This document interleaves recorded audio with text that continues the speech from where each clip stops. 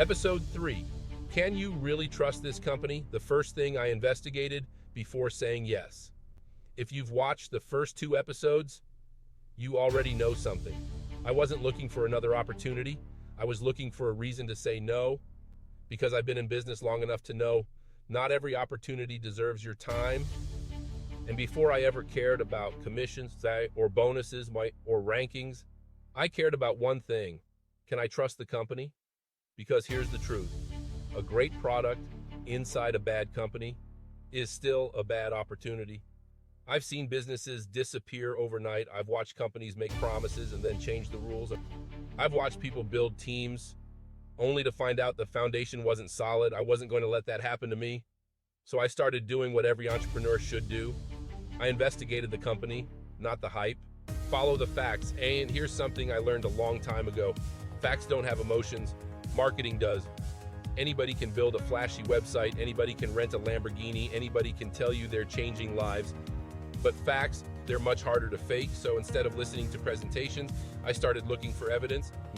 How long has the company actually been operating? Who's leading it? Do they have a real corporate office? Can I verify what they're saying? Is there an actual customer base? Do they have public complaints? How do they respond when problems happen? Those questions tell you far more than any sales presentation ever will.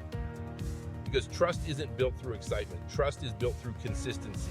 The A+ rating, one of the first things that caught my attention, was something most people completely overlook. The company had earned an A+ rating with the Better Business Bureau.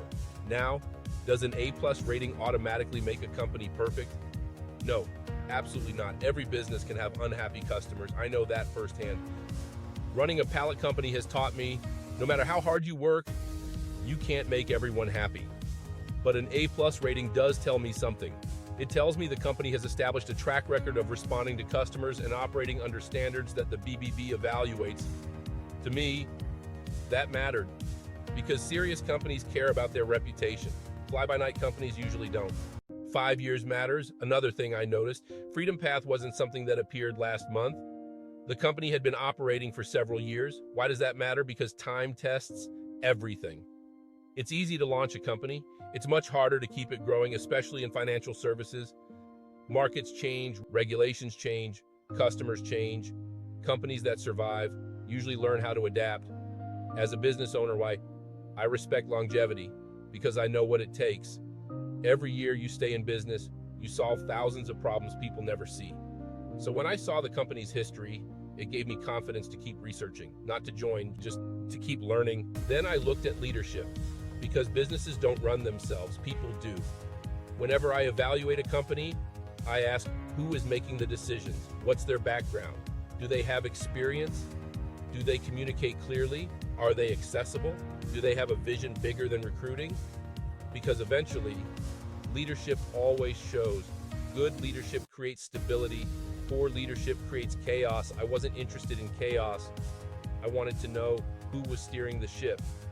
And the more I researched, the more comfortable I became continuing the process. Notice what I said, continuing the process, not signing up, research first, decision later.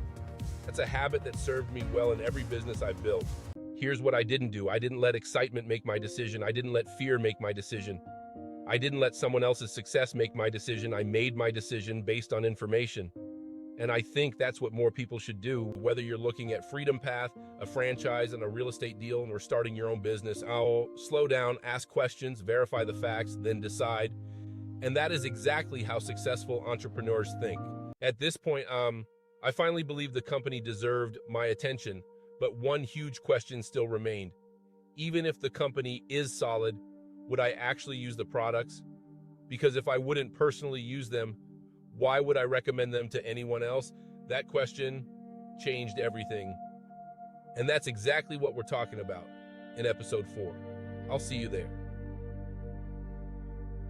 Next episode, the products that changed my mind, which services stood out first, the question I asked before recommending anything, why customer value comes before compensation.